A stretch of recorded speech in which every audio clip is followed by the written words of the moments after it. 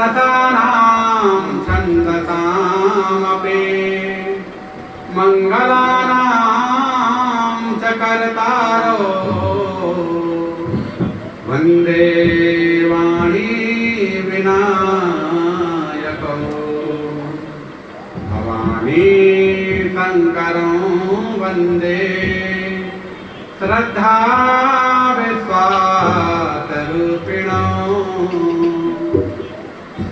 याभ्यां विना न पश्यन्ति सिद्धान्तस्तमीश्वरम्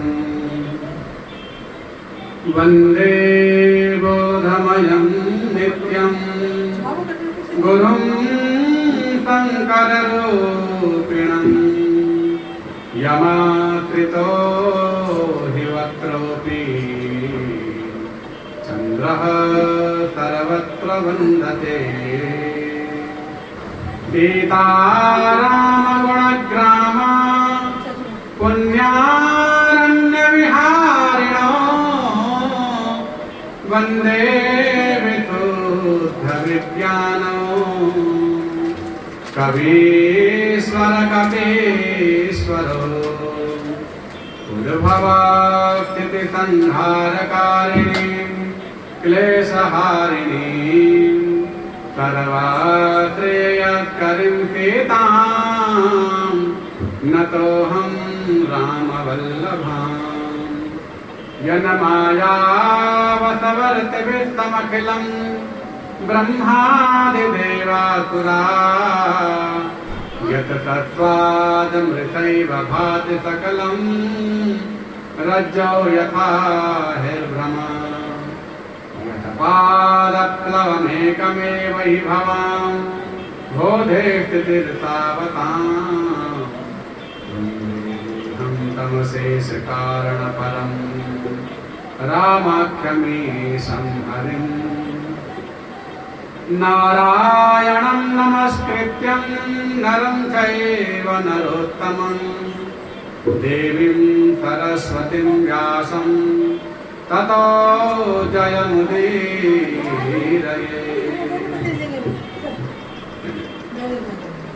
हरे कृष्णा कृष्णा कृष्णा हरे हरे हरे राम राम राम हरे हरे हरे कृष्णा हरे राम हरे राम हरे कृष्णा कृष्णा कृष्णा हरे हरे हरे राम राम राम हरे हरे हरे कृष्णा कृष्णा कृष्णा हरे हरे हरे राम राम राम हरे हरे हरे कृष्णा कृष्णा कृष्णा हरे हरे हरे राम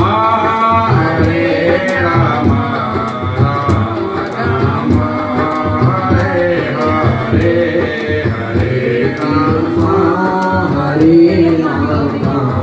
हरे राम हरे हरे हरे कृष्णा कृष्णा कृष्णा हरे हरे हरे राम राम राम हरे हरे हरे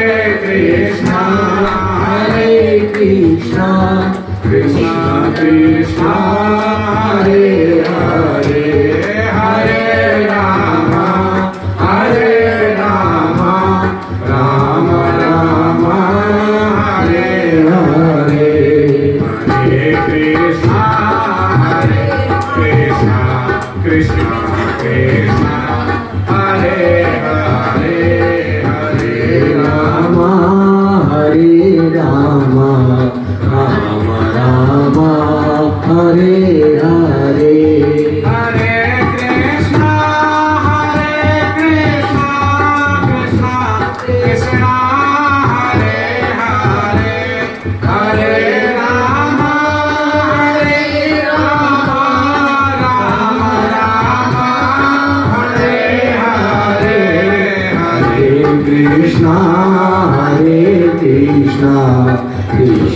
कृष्णा हरे हरे हरे रामा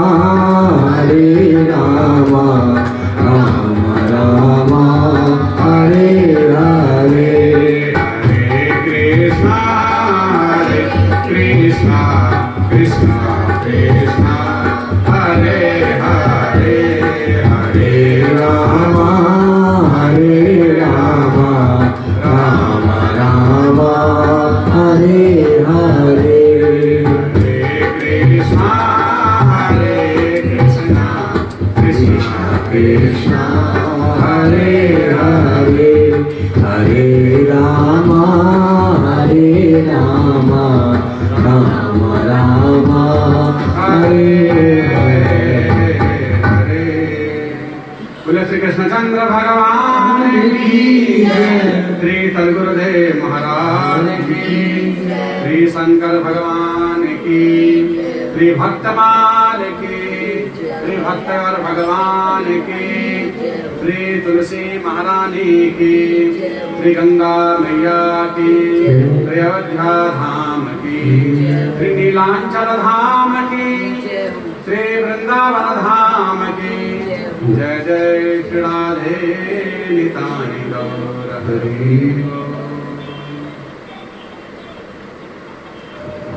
भक्तवांछा कल्पतरु पुराण पुरुषोत्तम। भक्त मार्ग कथा क्या होती है? पुराण पुरुषोत्तम श्रीमन नारायण वैकुंठ धाम अपार कारुण्य कौटिल्य वात्सल्य ऐश्वर्य गुणों से भूषित भक्त वत्सल शरणागत वत्सल दया वत्सल दीन बंधु दीनानाथ भगवान की विशेष कृपा से अरे ऐसी बैठ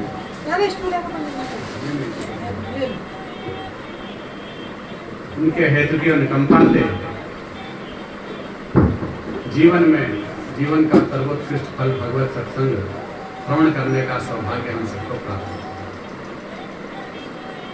और यह सत्संग भी हमारी उन्नति का, परमार्थ का, धर्मार्थ का, भगवत प्राप्ति का प्रथम सोपान है। अगर किसी की अपने लक्ष्य की प्राप्ति हुई है, उत्थान हुआ है, अपने जीवन की लक्ष्य की प्राप्ति हुई है, तो उसके पीछे उसका कारण है सत्संग। और जीवन में अगर किसी का कोई पतन हुआ है, दुर्गति हुई है, हर जगह असफलता और निराशाएं मिली है, तो उसके पीछे भी मूल कारण है कुसंग। संग ही जीवन में उत्थान और पतन दोनों का कारण है। इसीलिए गीता में भगवान ने दूसरे अध्याय में सबसे पहले यही कहा कि संगात संजायते कामा, कामात् क्रोधाभिजायते, क्रोधात् भवति सम्मोह, सम्मोहात् स्मृति विभ्रमा, स्मृति भ्रंतात् बुद्धिनाशो, बुद्धिनाशात् प्रणश्यति। अर्जुन, सबसे पहले संग। पहले हमारा सबसे कारण बनता संगति, और जिन जैसी संगत करे तिन तैसो बुद्धि। जैसे संगति में हम रहते हैं वैसा ही रंग हम पर चढ़ जाता है। वो संग ही कहता जिसका रंग न चढ़े।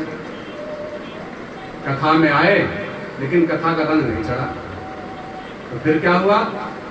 तो बोले ऐसे ही समझो जैसे गंगा जी गए और गंगा जी बिना नहाए चले गए। गयो न मज्जन पाव अभागा। गया भी बहुत प्रयास करके, भाव बना करके, लेकिन वहां जा करके भी मज्जन नहीं किया। तो गोस्वामी जी कहते हैं गयो न मज्जन पाव अभागा, उसे अभागा ही समझो। कथा में गए, कथा का रंग नहीं चढ़ा। कीर्तन में गए, कीर्तन में वह नामामृत हमारे हृदय में प्रवेश नहीं किया।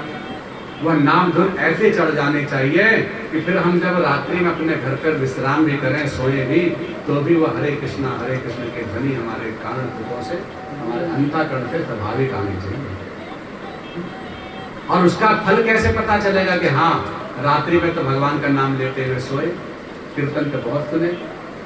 अब कीर्तन का वो प्रभाव हम पर पड़ा कि नहीं, वो कैसे पता चले? बोले जैसे ही आंख खुले तो आंख खुलते ही अगर सहसा हमारे मुख से क्या शब्द निकल रहा है उससे पता चल जाएगा कि आप परीक्षा में पास हुए या फेल हुए, आपने कीर्तन का प्रभाव पड़ा कि नहीं। अगर सहसा ही हमारे जिह्वा से हरि शरणम हरे कृष्णा कृष्णा कृष्णा हरे हरे, हरे रामा राम रामा हरे हरे, यह महामंत्र हमारे सहसा आंख खुलते ही जिह्वा पर है तो समझ लो हमारे संकीर्तन का अनुसार। इसलिए सबसे पहले कोई भी चीज जो है वाचिक शारीरिक होती है, पहले हमें अभ्यास करना पड़ता है, क्रिया करनी पड़ती है। और क्रिया का प्रभाव क्या है कि वाचिक जप हो, नाम जप के अंतर्गत सबसे पहले वाचिक 3 प्रकार के जप होते हैं। कौन कौन से 3 प्रकार के जप कौन कौन से होते हैं? एक तो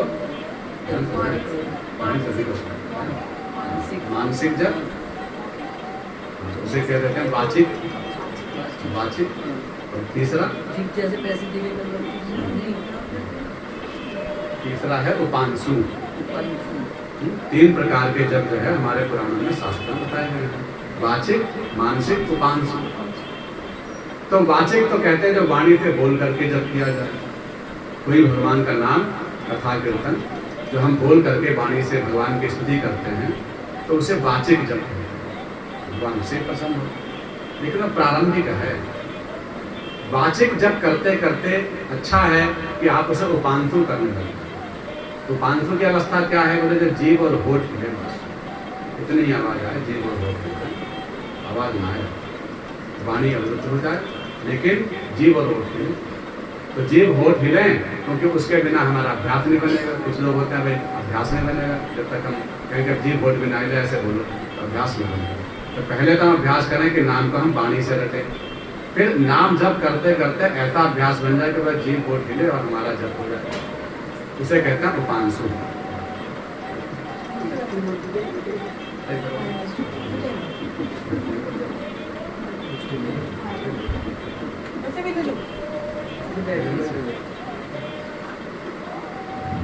उपांशु। और तीसरा जप होता है मानसिक जप। मानसिक जप में हमारे जीभ होठ भी हिलना बंद हो जाता है, केवल मन में ही वो चित्त वृत्ति में वो अभ्यास नाम का हो जाता है। तो जब नाम हमारे चित्त वृत्ति में मन में रमण करने लग जाए तब समझो तो जप प्रारंभ हो। वही मन की स्थिति है, वही उस जप करने का उसका तदर्थ लाभ है। वाचिक करने का और उपांशु करने का लाभ है कि वो मानसिक अवस्था में आ जाए, तब वो जप विफल हो। और मानसिक जप उपांशु की अपेक्षा कई गुना श्रेष्ठ है, वाचिक से भी ज्यादा श्रेष्ठ है। माने जप तो वही है जो मानसिक किया है, बोल करके नहीं। बोले बोल करके क्या किया जाए? बोले स्तोत्र पढ़े जाए, स्तुति पढ़े जाए, कथा की जाए, तो ये सब बोल करके ही शुभ है। आप दुर्गा सप्तशती पढ़ें तो बोल करके करें, उसको अगर हम मन में करेंगे तो दोष लग जाता है। उसमें लिखा हुआ 6 प्रकार की विधियां हैं नवरात्रि में जो लोग करते हैं। तो जीभ होठ तो हिलना ही चाहिए, ना अत्यंत तेज से बोलना चाहिए दुर्गा सप्तशती, ना बहुत ज्यादा मंद गति से, मध्यम स्वर में, थोड़ी थोड़ी आवाज।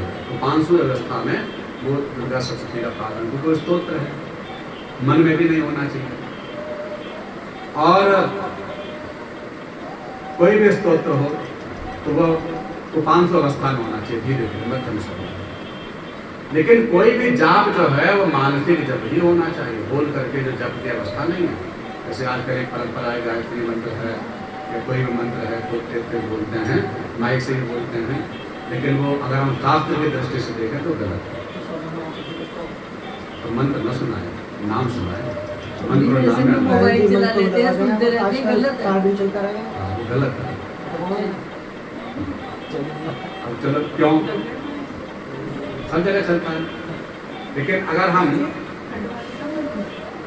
भाई उसमें महामंत्र चला सकते हैं, महामंत्र नाम, तो क्योंकि इसमें बदलता रहता है ना तो ये आ ही जाता है। खैर, लेकिन गायत्री मंत्र है। देखो ये बहुत अच्छा प्रश्न है। प्रश्न ये है कि नाम में और मंत्र में अंतर क्या। अधिकतर लोग सोचते हैं नाम जप लें मंत्र जप लें एक ही बात है। तो पहले हमें यह समझना चाहिए कि नाम में और मंत्र में अंतर क्या है। स्कंद पुराण में भी ये बात वर्णित है कि नाम जो है उसको हम हर अवस्था में दे सकते हैं, स्वतंत्र है नाम किसी व्यवस्था में बैठना, किसी व्यवस्था में। और बृहदारण्यकोपनिषद में भी याज्ञवल्क्य जी कह रहे हैं, कितनी महिमा बताइए नाम की। मंत्र तंत्र तच्छिद्रम देश कालहार्य वस्तुतः सर्वं करोति निश्चिद्रम नाम संकीर्तनम तव। हे प्रभु, आपका जो नाम संकीर्तन है वो तो मंत्र की त्रुटि को भी हरण करने वाला है, लेकिन नामापराध हो जाए तो बोले मंत्र की भी सामर्थ्य नहीं है कि जो नामापराध को हर ले। अगर कोई कहे कि राम जी और मंत्र, राम जी का मंत्र, तारक मंत्र, षडाक्षरी मंत्र, महामंत्र, तो राम जी के नाम, राम जी स्वतः स्वरूप और राम जी का मंत्र और राम जी का नाम, ये तीन चीजें हैं। बोले इन तीनों में बड़ा कौन है।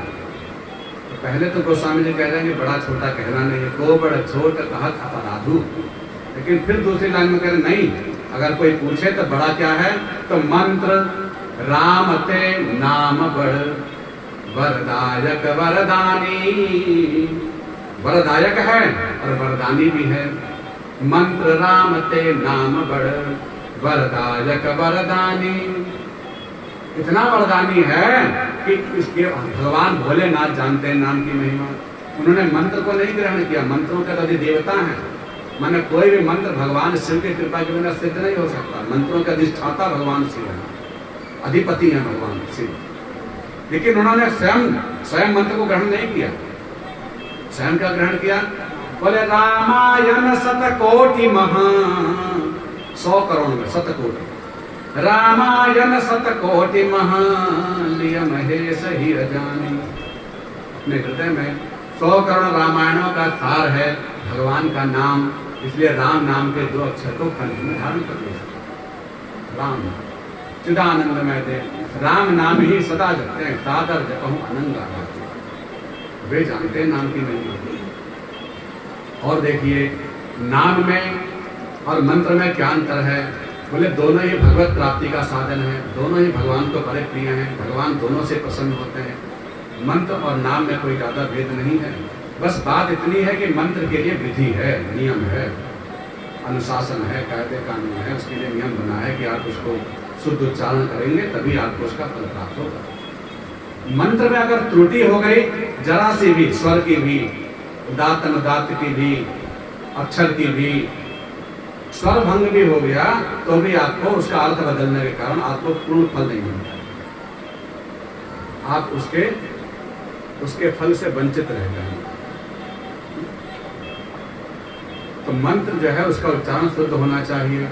भागवत के 6 स्कंद में भी ये वर्णन आता है कि वृत्रासुर के प्रसंग में मंत्र का जाप किया त्वष्टा ऋषि ने कि मैं इंद्र को मारने वाला शत्रु उत्पन्न करूंगा। ऐसे कृत्या उत्पन्न करी, यज्ञ किया और उसके प्रभाव से क्या हुआ, कृत्या उत्पन्न हुई, लेकिन केवल स्वर भेद हुआ, अक्षर की भी त्रुटि नहीं हुई। मात्रा हीनम स्वर तो वर्ण तो वा। भगवान कह रहे हैं मात्रा से हीन हो जाए, स्वर से वर्ण से हीन हो जाए, वर्ण से आराम और आराम जो तत्व है, लेकिन दोनों में अंतर है। आराम संबोधन हो गया और आराम मिलाने से आराम हो गया। आराम का उच्चारण उसका अलग है। तो फिर कभी एक गोपी और कृष्ण का संवाद भी है, ये वाला एक स्वर वाले के ऊपर फिर कभी चर्चा होगी।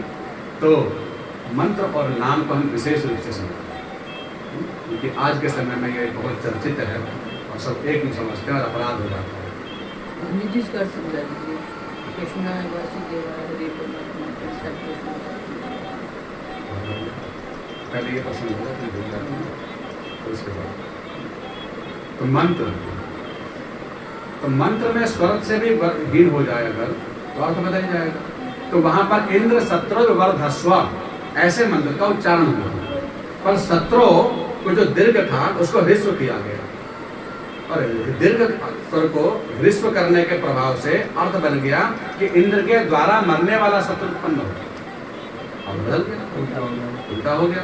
और ऐसे ही कृत्य उत्पन्न हुए जिनका नाम था धृतराष्ट्र, तो परम भागवत थे, लेकिन पूर्व चित्रकेतु ही थे पूर्व जन्म के, लेकिन भगवान माँ गौरी के श्राप से उनकी वो गति हुई, असुर योनि में आए। लेकिन भगवान कहते हैं अगर तुम्हारे जीवन में सुकृत है, धर्म है, नाम जप है, कीर्तन है, भजन है, कुछ भी अच्छा करना है, और कहीं ना कहीं प्रवृत्ति में कोई दोष भी है, आचरण में, व्यवहार में, शास्त्र विपरीत आचरण भी है, तो असुर योनि भले प्राप्त हो जाए, लेकिन गति वहां भी होगी। भगवान कह रहे हैं सबका हिसाब है, न्याय इतना बारीक है कि भगवान कहते हैं अगर अच्छे में बुरा हो गया, अच्छे में भी बुरा हो गया, और बुरा करते करते में भी कोई अच्छा हो गया, तो बुरे का भी फल मिलेगा और अच्छे का भी फल मिलेगा। ये नहीं सोचना चाहिए कट गया, तो हम लोग कह देते ना, अरे भाई तुम मेरी गलती कर लेना सारे पुण्य खत्म, ऐसा अधिकतर लोग बोलते हैं, तुमने ये पुण्य कर लिया ना सारे पाप खत्म, लेकिन ऐसा नहीं है। सबका हिसाब है। रजिस्टर अलग अलग बने हुए हैं, काटा पीटी ज्यादा नहीं होती, नफा नुकसान का अलग अलग है, दोनों का हिसाब अलग है। गलती करेगा उसका अलग दंड मिलेगा, इसीलिए तो भक्तों के जीवन में दंड मिलता है, प्रमाण है। भक्तों के जीवन में भी अगर कष्ट आते हैं, भक्तों के जीवन में भी अगर शारीरिक व्यवहारिक कोई भी किसी प्रकार का कष्ट आता है, तो उसका प्रमाण यही है कि उनके जीवन के सुकृत का फल भी भोग रहे हैं, और उनका अपना जो प्रारब्ध है, पाप जो बन गया है कुंचित, वो भी भोग रहे हैं। बड़े बड़े भागवताचार्य श्री भीष्म पितामह जी ने बोला, हम लोग किस लिए, इसलिए प्रयास करना चाहिए। और प्रयास कैसे? बोले सत्संग ही एकमात्र, प्रथम से लेकर अंतिम समय तक इस सत्संग से ही ज्ञान प्राप्त हो। सत्संग का मतलब यह है जहां से हमें ज्ञान की उपलब्धि प्राप्त हो, भगवत मार्ग जाने का सोपान जहां से खुलता है, उस स्थिति का नाम है सत्संग का सेवधे नाम। इसीलिए सत्संग की तुलना किसी से भी नहीं हुई, किसी से भी। लोग वशिष्ठ जी ने एक तराजू में अनेक प्रकार के जप तप व्रत यज्ञ दान तीर्थाटन सबको रखा, और एक पलड़े में केवल सत्संग का फल रखा। लेकिन महाभारत में कथा आती है कि शेषनाग जी के कहने पर वशिष्ठ जी ने दिखा दिया तराजू से तोल करके कि देखो सत्संग का पलड़ा भारी है। ये सब मिल करके भी सत्संग की बराबरी नहीं कर सकते, कुछ नहीं कर सकते। इसलिए सत्संग बहुत बड़ी चीज है। और यही बात भगवान जी उद्धव जी को भागवत में भी कह रहे हैं कि नाराधयति माम पुंसाम, मेरे को कोई भी बस में नहीं कर सकता। जपार्चन भी, तप भी, यज्ञ भी, दान दक्षिणा भी, अनुष्ठान भी, बोले इन सबके द्वारा भी मैं किसी के नारोधयति माम पुंसाम, मैं किसी के अवरुद्ध नहीं हो सकता, किसी के बस में नहीं हो सकता। लेकिन क्या कर सकता है? बोले भगवत संगान पहो हिमाम, भगवत संग संगस्य सत्संगान पहो हिमाम। भगवत भक्तों का जो संग है, क्योंकि उनके संग का भी लाभ क्या, केवल संग नहीं, बोले रंग चढ़े तभी तो संगति का लाभ है। और रंग नहीं चढ़ा, कथा नहीं मिली, सत्संग नहीं मिला, बस इधर उधर की चर्चाएं हो गई, माहौल कैसा है, अखबार में क्या आया है, पेपर में राजनीति इधर उधर की कई बार होता है, महाराज जी के पास बैठ के उधर की चर्चा हो, तो लाभ नहीं मिला। तो गयो न मज्जन पाव अभागा, ऐसे ही समझो कि कथा में जा करके भी मैं कथा नहीं मिली, इधर उधर की चर्चा गए हो गई, तो हम वंचित रह गए। इसलिए लाभ उसका क्या? बोले कृष्ण कथा मिले, धर्म कथा मिले, शास्त्रोक्त वचन मिले, भगवतीय वचन मिले, यही उसका लाभ है। भगवान की बड़ी कृपा होती है, तब जाकर के तो पहली बात हमें सत्संग सुनने सुनाने का अवसर प्राप्त होता है। अब फिर वो समय मिले भी, और फिर उसमें कभी समय को व्यर्थ कर दिया जाए तो मूर्ख ही है। इसलिए क्षणार्धम 6 मार्ग, क्षणार्धम मैंने आधा क्षण भी मिल जाए ना अगर, तो 6 मार्थम माने क्षेम के लिए, कल्याण के लिए, लोग क्षेम माने कल्याण के लिए। क्षणार्धम 6 मार्थम, क्या करें? पीबत पियो सुख गाथा तुलसुधाम, सुख जी की गाथा अर्थात भागवत पियो। तुलसुधाम, सुधाम अमृता समानम तुल्यम तदनुरूपम, उसके समान है ऐसे अमृतोपमम, जो भगवत भक्तों का संग रूपी जो सत्संग है उसको पियो, क्षणार्धम, क्षण भर भी अगर समय मिल जाए तो मंत्र भगवान कह रहे हैं कि वो जरा से त्रुटि रह गई त्वष्टा से, ऐसा असुर पैदा हो गया और परिणाम वही हुआ कि बाद में मारे गए। तो मंत्र की त्रुटि तो क्षमा नहीं है। और नाम के लिए कह रहे हैं दूसरी जगह पद्म पुराण के श्लोक है नाम की महिमा में, बोले कैसा भी नाम हो, तारयत्येव सत्यम, तार ही देगा। चाहे स्वर से भेद हो जाए, अक्षर से भेद हो जाए, उल्टा सीधा जप लिया जाए, सब तरह से कैसे भी हो, आधा बोल लिया जाए, पूरा भी ना आ जाए, तो रा शब्द भी आ जाए तो भगवान उसके पीछे दौड़ने लग जाते हैं। क्षमा है क्योंकि नाम में भाव भी होता है। तो आधा नाम भी भगवान कहते हैं स्वीकार है, आधा नाम, लेकिन नाम की महिमा है केवल। उल्टा नाम जपत जग जाना, वाल्मीकि भय ब्रह्म समाना। वाल्मीकि जी ने उल्टा जपा था, लेकिन आप कहीं भी ये प्रमाण नहीं दिखा सकते कि मंत्र किसी ने उल्टा किया हो और सीधा फल मिल गया हो। नाम के लिए लिखा है, ऐसा कहीं नहीं लिखा कि उल्टा सीधा मंत्र बोलो। हम लोग हवन पूजा एक अनुष्ठान करवाते हैं, उसको क्या बोलते हैं, क्या उच्चारण करते हैं, मंत्र उच्चारण करते हैं, नाम पढ़े बोलते हैं। तो वहां पर हम कहते हैं पंडित जी कहीं गलत ना हो जाए, ऐसे इसी ब्राह्मण को देख कर विधि विधान बताते हैं। पंडित जी कहते हैं नहा धो के, हाथ कर धो के, कुल्ला करके, पहले पवित्रीकरण करके पूजा, पहले बहुत सारे काम करो, योग्यता लाओ, पात्रता लाओ, तब जा करके आप यज्ञ का हवन आरंभ होगा। ऐसे नहीं जैसे आए वैसे कर दिया, और जैसे ही आए वैसे ही जो आहुति देने लग रहे हैं आजकल, तो वो यज्ञ का फल नहीं दे रहा, क्योंकि जो जैसे आता वैसे आहुति देना शुरू कर देता है। पवित्रता का भाव नहीं है, आचार विचार नहीं है, लेकिन हाथ धोए बिना आहुति न दें, कहीं से भी आए पहले हाथ पैर धोएं, कुल्ला करें, उसके बाद ही हम हवन करें। यज्ञ के लिए विधान है, क्योंकि यज्ञ में मंत्रों का उच्चारण हो रहा है। अगर आपने मंत्रों के उच्चारण में जैसे ही बाहर से कोई आया और बिना हाथ पैर धोए कुल्ला किए और वो आहुति देना शुरू, तो कराने वाले को भी लाभ नहीं मिला और देने वाले को तो दोष लग गया। इसलिए कम से कम हम लोगों को तो ये विचार करना ही चाहिए कि हम कहीं जा रहे हैं, हवन पूजा पाठ हो रही है, नवरात्रि के हवन चल रहे हैं, तो हाथ पर धो कुल्ला करके आहुति दे सकते हैं तो दें, अन्यथा बैठ के पीछे स्वाहा बोलने लग जाए, बस केवल स्वाहा। तो देव भागवत का ये वचन है कि स्वाहा स्वाहा बोलने से भी देवता प्रसन्न होकर भाग ग्रहण कर लेते हैं। तो स्वाहा बोलने मात्र से देवता स्वीकार प्रसन्न होता है। लेकिन अगर आपने अशुद्ध स्थिति में अगर आहुति दे दी तो उससे आपको दोष लग जाएगा। दोष ही लग रहा है जी, अशुद्ध स्थिति में वैसे दूर से स्वाहा कर दो। हाँ, स्वाहा सही है, स्वाहा बैठ कर पीछे, क्योंकि उसके लिए फिर पूरा विधि विधान समझना चाहिए ना कि चरु के द्वारा दें, ऐसे दें, मृगी मुद्रा से दें, सुकरी मुद्रा से ना दें।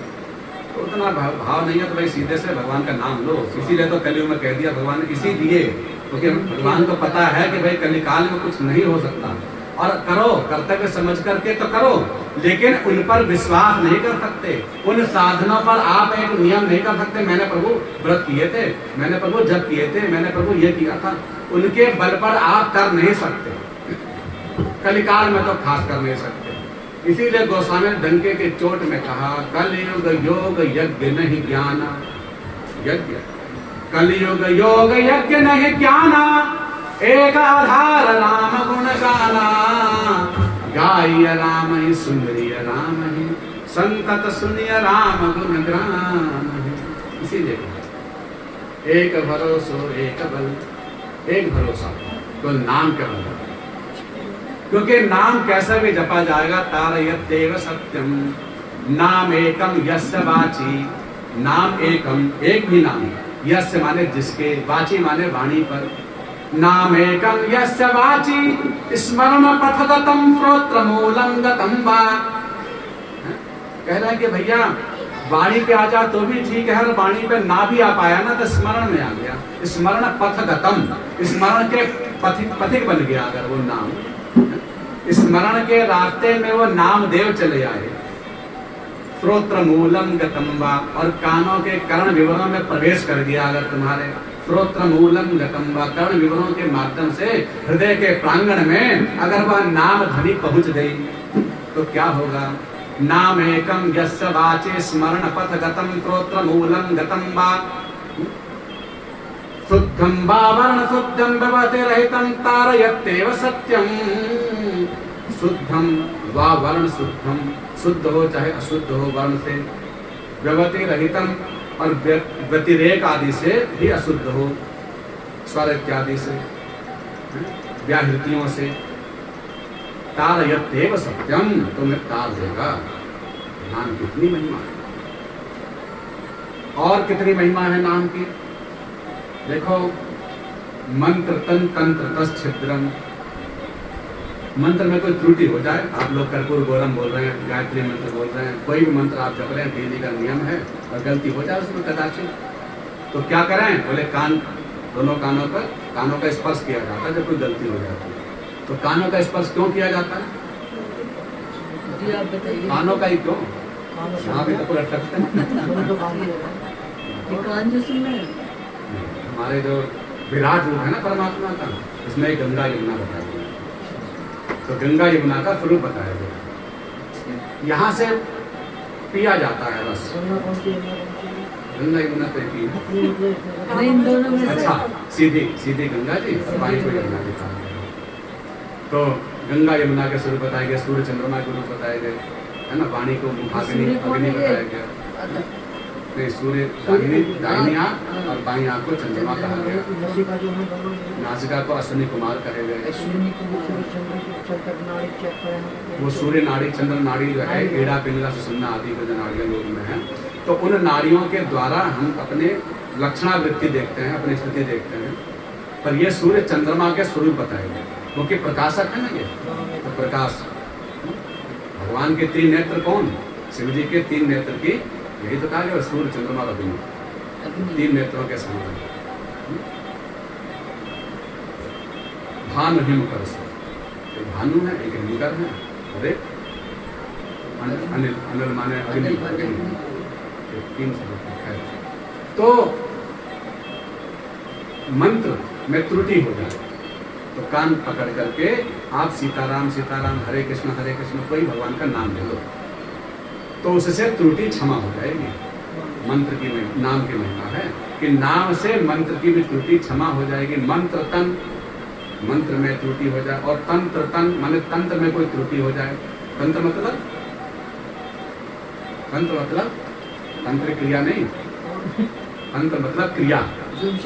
हम जो भी क्रिया करते हैं उन सब क्रियाओं को तंत्र नहीं कहा जाता है, क्रिया को तंत्र प्रयोगी कहा जाता है, क्रिया। हाँ, लेकिन अब जो ठाकुर कथा तो इसीलिए ठाकुर जी ने,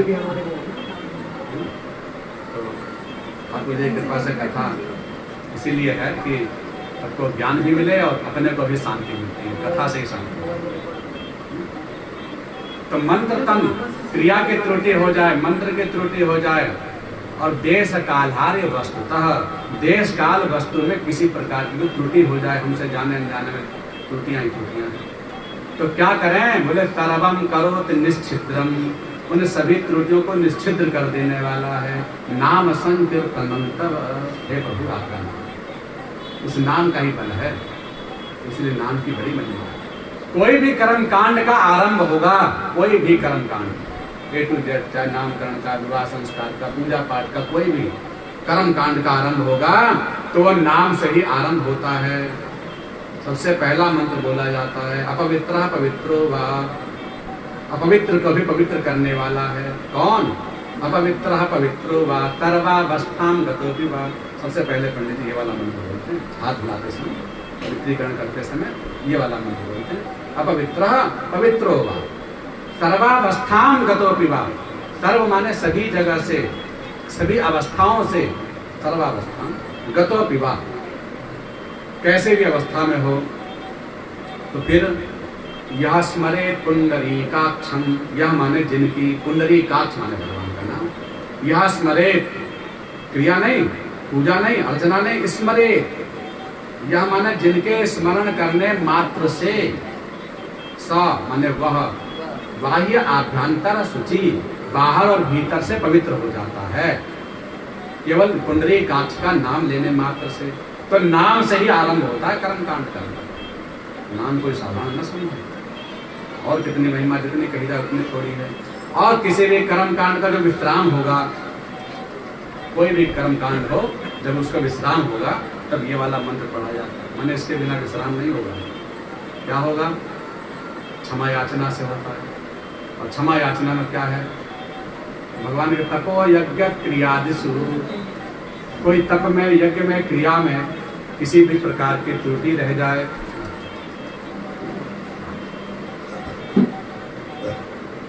तो तपो यज्ञ क्रियादिषु, तप में, यज्ञ में, क्रिया में कोई त्रुटि रह जाए तो फिर क्या करें?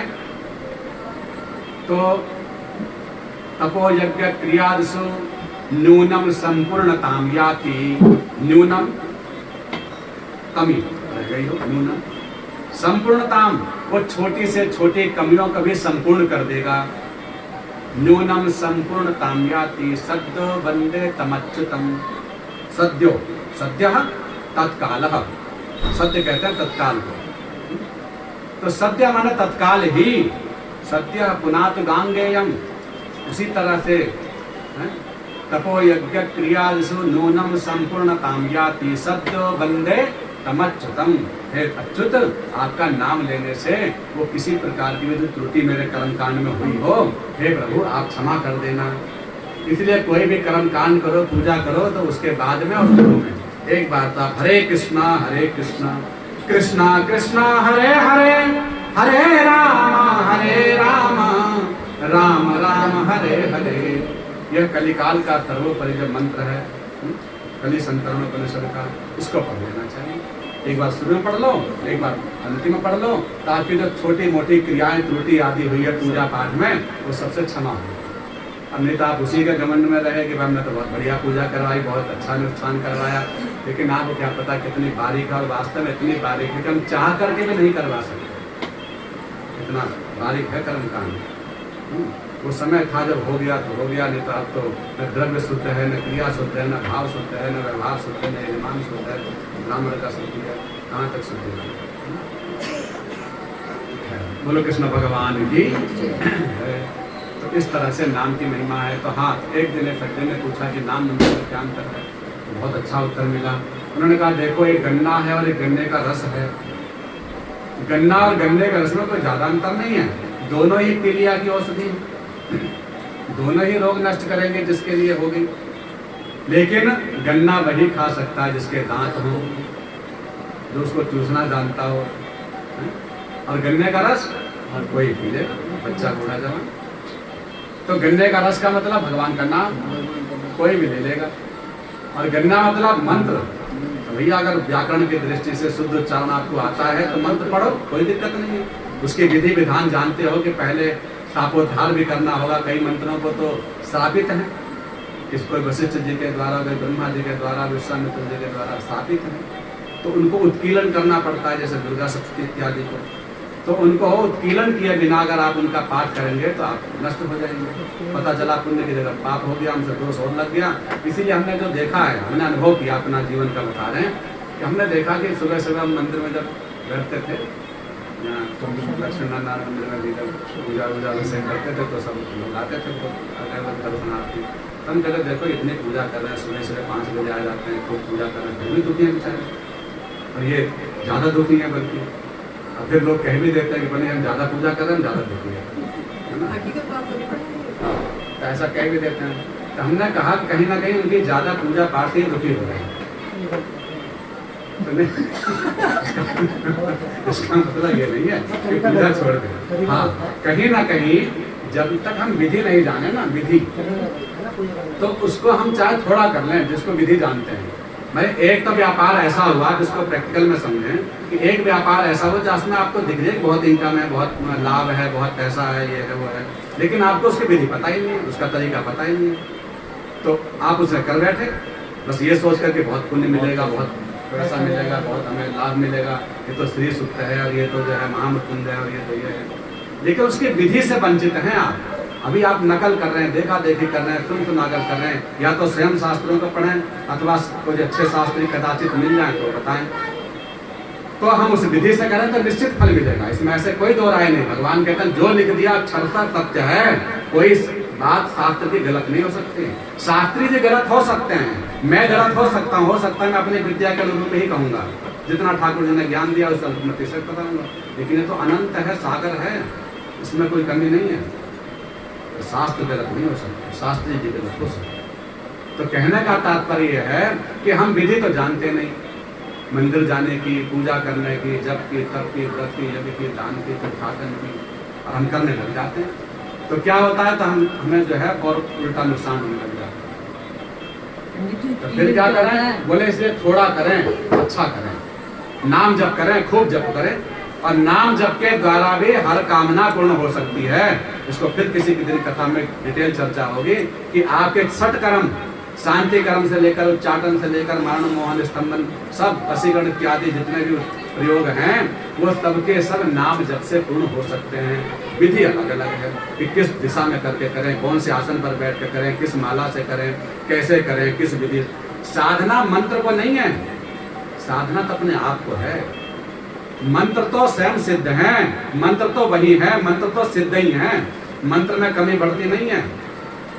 साधक में दिक्कत है, करने वाले में समस्या है। एक बार का लिया हुआ राम नाम भी आपको क्या नहीं दे सकता, सब कुछ दे सकता है, और लाखों बार का लिया हुआ राम नाम भी आपको निरर्थक जा सकता है। क्योंकि आनंद रामायण में ये बात लक्ष्मण जी और राम जी के संवाद में कही गई कि भैया मंत्र कौन सा बढ़िया है। उन्होंने कहा कोई नहीं, ये पूछो मांत्रिक कौन सा बढ़िया है, मांत्रिक मंत्र जपने वाला। तो सिद्ध हमें होना है, व्यक्ति को होना है। अगर मेरे आचार विचार, खान पान, भाव विचार ये सब शुद्ध हो जाएं तो मेरे वाणी से लिया हुआ एक नाम भी बहुत होगा, सिद्ध होगा। और जिसके अंदर ये सब बिगड़े हुए हैं, दुर्गुण से परिपूर्ण है, बस केवल दिखावे के लिए ये सब कथा भागवत हो रही है, चाहे मैं ही क्यों ना हूँ, अगर इसीलिए हो रही है तो मैं चाहे कितना भी कर लूँ, मेरा तो उद्धार नहीं होगा। दीपक तले अंधेरा रहेगा, दीपक के प्रकाश में आप लोगों का उद्धार हो जाएगा, हो जाएगा। जो भाव से सुनेगा उसका उद्धार हो जाएगा, चाहे करने वाला सुने चाहे करवाने वाला सुने, जो भाव से सुने। भाव की महिमा है, रटने की महिमा नहीं है। कितना याद हो गया ये कोई बड़ी बात नहीं है, बड़ी बात है कि भगवान उस पर हमें चलाएं, उस पर हम चलने का प्रयास करें। तो ये सोच कर मंत्र गन्ने की तरह है, मंत्र गन्ने की तरह है, इसलिए हम उसको खाना जानते हो तब नहीं है, उसको दिक्कत नहीं है कि हम ये नहीं कह रहे मंत्र मत जपो, हम कह रहे हैं बस शुद्ध जपो, उच्चारण सही हो, विधि विधान से हो। अगर किसी मंत्र में उत्कीलन का भाव है तो उत्कीलन किए बिना अगर हम उसे जपेंगे तो उसमें दोष लगेगा। कोई दुर्गा सप्तशती अधिकांश लोग पढ़ते हैं, कवच अर्गला कीलक ये सभी लोग करते हैं। तो ये बताइए, प्रश्न है, क्योंकि या तो मैं तो देखो हमारी कथा जो है प्रश्नोत्तरी वाली ज्यादा होती है, हमें जो है कथा आती नहीं है, इसलिए तो हम चाहते हैं कोई आपके मन में जो जिज्ञासा हो वो निसंकोच होकर पूछो, या हमारे मन में जिज्ञासा कर हम पूछें, कोई कथा चलती है पूछने पाछने से। तो कवच अर्गला कीलक का मतलब क्या है ये पता होना चाहिए हम सब। कवच का मतलब और अर्गला का मतलब और कीलक का मतलब। कवच का देव जैसे लोग पढ़ते हैं तो वो मतलब हमारे ऊपर असर करेगा हर अंगों पे, इसमें बताया गया ना अलग अलग। नहीं, कवच का मतलब कि कवच मतलब हमने पहन लिया तो हमारे जीवन की रक्षा हो रही है। अच्छा, हाँ तो उससे रक्षा का जो ओरा है, आवरण है, तो रक्षा के आवरण को कवच कहते हैं। सीधी सी बात। अर्गला का मतलब क्या होता है? अर्गला स्तोत्र में नहीं लिखा लेकिन, और अर्गला स्तोत्र में भी एक जगह बात आई है संकेत मात्र में। अर्गला का मतलब, अर्गला को संस्कृत में कहते हैं कुंडी। तो ये जो सांकल होती है ना, सांकल, तो सांकल को संस्कृत में अर्गला बोला है। अर्गला माने सांकल, तो सांकल का मतलब अर्गला, ये उसका संस्कृत नाम है, तो उसका हिंदी नाम है। और कीलक, कील तो पहले समय में जो दरवाजे बड़े बड़े परकोटे बनते थे तो उनके लिए यही तरीका था कि पहले तो कवच और फिर उसके बाद बड़े बड़े दरवाजा को बंद करके एक कील लगा जाते थे, कुंडी लगती थी, कुंडी में भी कील लगती थी, वो कीलक हो गया। वो कीलक हो गया, पहले कुंडी चढ़ा दी और फिर उसके बाद कवच चढ़ा दिया। ये कवच अर्गला कीलक वो है, उसके द्वारा रक्षित करके फिर दुर्गा सस्ते प्रवेश करने का विधान है। हाँ, उसमें ये भी लिखा है कि कीलक को जोर जोर से पढ़ना चाहिए। तो जो इसको नहीं जानते तो बोलते हैं ना फिर नष्ट होता है, हाँ। नहीं जानता इसको नहीं जानता। तो कहने का तात्पर्य है कि फिर उसकी चर्चा अलग है, क्योंकि वो सब बड़े बड़े विधान हैं। पर हम छोटे रूप में इतने के बाद आप समझ ही लीजिए कि जिसके विधान को अच्छे से समझें तो करें, और जिसके विधान का हमें नहीं पता या देखा देखी कर रहे हैं, सुनी सुनाई कर रहे हैं, तो भैया उसको हाथ जोड़ो। और बहुत सारे काम है, नाम जप से कम महिमा बताई है और सब जानते हैं इस बात को, तो खूब अभ्यास करो नाम जपने का ही। जितना हम और कामों में अभ्यास करो उतना जपे, उससे भी होगा, काम भी होगा उससे भी। तो जहाँ तक काम बनने की बात है तो आपका नाम से भी जप बन सकता है, आप नाम को कम ना समझे। बस ये है कि अगर हम सकाम वृत्ति से अगर हम नाम जप करेंगे तो उसके लिए एक विधि है। जहाँ सकाम भावना आएगी तो उसके लिए एक विधि आएगी, और निष्काम के लिए करेंगे तो कोई विधि नहीं, कैसे भी करो कहीं भी। सकाम के लिए करेंगे तो विधि नहीं। सीधी सी बात है, भगवान कहते हैं मुझसे अगर कुछ चाहते हो तो मैं भी कुछ चाहूंगा, ये रूल है, व्यवहार में भी यही बात है। और भगवान कहते हैं अगर मुझसे कुछ नहीं चाहते तो मैं भी कुछ नहीं चाहता। कुछ चाहोगे तो कुछ दो, और कुछ लेना तो देना तो मगन दो, ठीक है ना। तो हम डिमांड रखेंगे अगर भगवान के सामने कि प्रभु मेरा एक काम होना है, मेरे अनुकूल आप चलो, मेरे अनुसार आप चलो, भगवान कहेंगे कि फिर ठीक है, शास्त्रों में मैंने सब कुछ विद्या लिखी है तो उसके अनुरूप चलो, ऐसा करो, तुम्हें मिलेगा। क्यों? क्योंकि लेन देन वाले व्यापारी भी भगवान है, कुशल व्यापारी है। व्यापारी नहीं होते तो इतना सारा ये जप तप व्रत यज्ञ दान ये सब क्यों लिखते? लिखा तो पुराणों में है ना। और इन सब में आपने कामना ही कामना लिखी है, बस कामना से ही भरा पड़ा है। चाहे एकादशी महात्म हो, ये करने से ये मिलेगा, वो मिलेगा, स्वर्ग मिलेगा, वैकुंठ मिलेगा, न जाने क्या क्या नहीं मिल सकता, सारे पाप खत्म। निश्चित है जो लिखा है पूर्ण सत्य है, लेकिन बात यह है कि एकादशी को हमने अभी किया ही कहाँ है। सच बात तो ये है, भगवान कहते हैं कि जितना लिख दिया है उतना कर लो, तब है ना बात, उतना कर ही नहीं पा रहे हैं।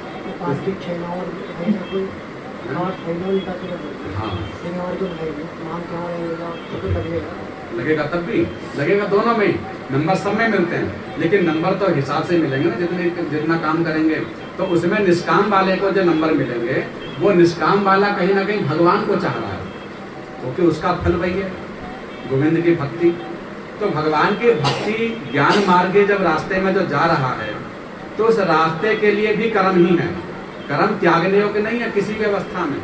कर्म तो जीवन मुक्त को भी करने पड़ेंगे और जीवन बंध वाले को भी करने पड़ेंगे, बस उद्देश्य बदल जाएगा दोनों का। और जीवन मुक्त जो कर्म की प्रवृत्ति करता है उसका खाता अलग है, वो सब कुछ भगवान के नाम पे जमा कर रहा है। भगवान कहते चाहिए यहाँ भी पुण्य पुण्य, लेकिन उन पुण्य पुण्य के बल पर उसे क्या मिलेगा? उसे यही मिलेगा जो हम सबको। बोले कहाँ लिखा है? बोले देखो गोसाई जी कह रहे हैं। सत्संग कब मिलता है? पुण्य पुंज बिनो मिला ही न संता, बिनु सत्संग संप्रीति कर अंता। सो स्वतंत्र अनुपम सुख मूला, स्वतंत्र है, अनुपम है, सुख की मूल है। कौन? भक्ति, भक्ति महारानी। लेकिन वो कैसे मिलेंगी? वो केवल मिलेंगी, भगवान कह रहे हैं कि पहली बात तो हम सत्संग करें, और वो सत्संग पुण्य पुण्य के बिना मिल नहीं सकता, इसलिए पहले सत्कर्म करें। प्रथम ही विप्र चरण रति प्रीति, निज निज कर्म निरत श्रुति में, श्रुतियों के आधार पर अपने अपने कर्तव्यों का पालन करें। तो पहला काम प्रथम ही। उसके बाद अंतःकरण पवित्र होगा, हृदय हमारा पवित्र होगा, दया भाव जगेगा, और फिर हम ठाकुर जी का हृदय से, दिल से, स्वच्छ भाव से, निर्मल मन से नाम लेंगे। पर कर्म कर्म से ही तरता है मनुष्य भरोसा। तो मंत्र की अनंत महिमा है, लेकिन मंत्र से ज्यादा नाम की महिमा है। किसी भी तरह से किया जाए, कैसे भी किया जाए। एक बार एक भक्तमाल में कथा आती कि श्री गोपाल दास बाबा, अभी कुछ ही समय पहले गिरिराज में, तो श्री गोपाल दास बाबा जो थे वो मंत्र का जाप करने लगे। चतुर्दशाक्षरी ठाकुर जी का मंत्र जपने लगे, गुरु मंत्र जपने लगे। तो उन्होंने कहा मंत्र की बड़ी भारी महिमा है, तो मैं मंत्र को ज़्यादा जपने लगा और नाम की वृत्ति को कम कर दिया। मंत्र के प्रभाव से उनके मुखमंडल पर तेज की आभा तो आ गई, मंत्र का प्रभाव है। मंत्र के जपने में भी 3 तरह के जप जो हम पहले बता चुके हैं, वाचिक, उपांशु और तीसरा मानसिक। तो वाचिक जो जपेंगे तो उसका फल 1 गुना है, अगर मान लीजिए तो उपांशु से 10 गुना ज़्यादा फल मिलता है, और मानसिक जप से 100 गुना ज़्यादा फल मिलता है। फिर मानसिक के अंतर्गत बहुत सारी क्रियाएं हैं। अगर हम प्राणायाम की मुद्रा से, फिर हमने जब मंत्र को साधा, इस श्वास को खींचे कुंभक रेचक पूरक के अनुसार, और तीनों में मंत्र की वृत्ति जुड़ी हुई है। माने एक बार ले फिर मंत्र चले, फिर रोकने पर फिर मंत्र पूरा हो जाए, फिर छोड़ने पर फिर मंत्र पढ़ा जाए। तो ऐसे अगर प्रवृत्ति से अगर मंत्र जप लिया तो मंत्र हजारों लाखों गुना फल देने लग जाता है, बहुत जल्दी सिद्ध हो जाता है। श्वास वृत्ति पर उन्होंने वो सब किया, और श्वास वृत्ति से लेने से फिर हमारी जो अग्नि तत्व है वो बढ़ जाता है और मुखमंडल पर आ जाता है। उसका प्रभाव से उनका तेज अभाव है। तो उनके जो गुरुदेव मिले तो उन्होंने कहा, बेटा तुम क्या कर रहे हो? उनका गुरुदेव मंत्र होता है, ये वैष्णव अपराध है। ये क्या नाम और मंत्र में? उन्होंने कहा नहीं, नाम की जब महिमा भगवान ने अपने मुख से कह दी, भगवान ने कह दिया कि अगर निष्काम मुझे ही चाहते हो तो मेरे नाम का आश्रय लो, मंत्र का आश्रय नहीं लो। क्योंकि हर मंत्र में कामना जुड़ी हुई है, मंत्र के अर्थ में ही कामना जुड़ी हुई है। मंत्र के अर्थ में आप मंत्र जो भी जपेंगे, चाहे गायत्री मंत्र ही हो, तो उसमें भी मेरी बुद्धि को सन्मार्ग में प्रेरित करे, उसकी कामना तो है। कामना तो कामना ही, सर्वस्व समर्पण नहीं हो सकता मंत्र से। इसलिए नाम का आश्रय लो, नाम के आश्रय से भी उससे अधिक फल मिल सकता है। लेकिन अगर भगवान के मार्ग पर आप जा रहे हैं, भक्ति के मार्ग पर जा रहे हैं, विशुद्ध भक्ति रस का आनंद लेना चाहते हैं, उन गोपियों के गुण मंजरी इत्यादि गोलोक में गमन करना चाहते हैं, तो केवल नाम का आश्रय लेकर के ही सबकी गति हुई है। और मंत्र जाप के परिणति में प्रभाव से उन्होंने केवल नित्य कर्म में किया है, नित्य कर्म में, नित्य लीला है।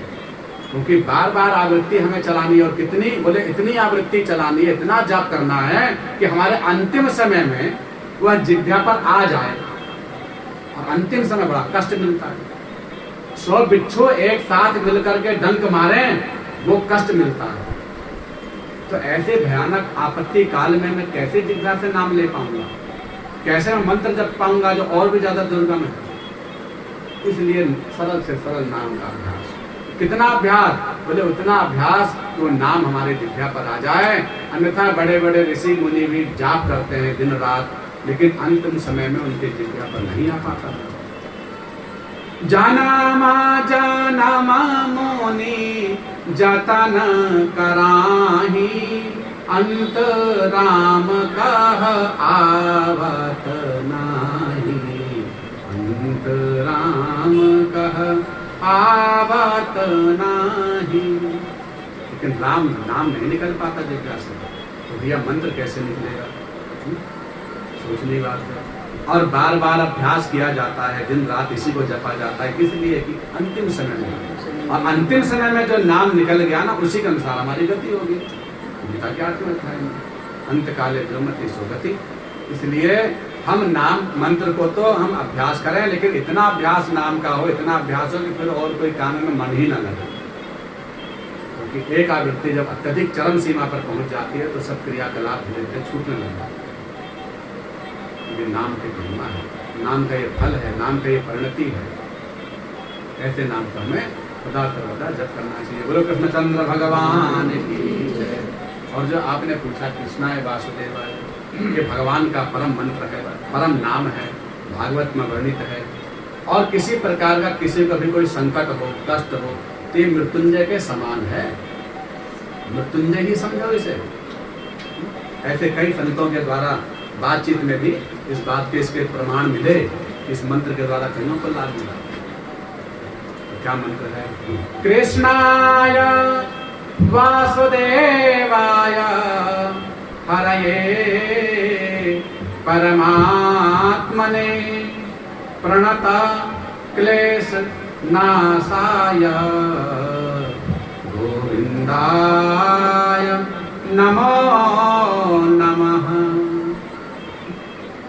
तो इसका पहला अर्थ है कृष्णाय, अर्थात कृष्ण के लिए। चतुर्थी भक्ति लगी है इसमें, तो चतुर्थी भक्ति का मतलब होता के लिए। कृष्णाय माने कृष्ण के लिए। वासुदेवाय मतलब वासुदेव के लिए। हरये करने के लिए, क्योंकि हरि में एकारांत है तो उसमें भी चतुर्थी में ही बनेगा। हरये कृष्णाय वासुदेवाय हरये परमात्मने, परमात्मा के लिए सब में वही लगी है। प्रणत क्लेश नाशाय, प्रणत प्रणत बोलेंगे, नहीं, प्रणतः भी है तो भी गलत नहीं है, और प्रणत में आ जाता है, अलंत लगा हुआ है प्रणत। और प्रणतः शब्द में भी वही बात बनेगी। हाँ, तो मैंने कहा ना गलत नहीं है वो भी, तो क्योंकि वो संधि करने के बाद वही बन जाएगी। तो प्रणत क्लेश नाशाय या प्रणतः क्लेश नाशाय। प्रणत शब्द का जो अर्थ है वह है विशेष कष्ट, भारी। प्रणत, प्रणय, प्रणय वेदना शब्द है। तो प्रणय जो शब्द है, तो प्रणत जो शब्द बना है बहुत बड़ा।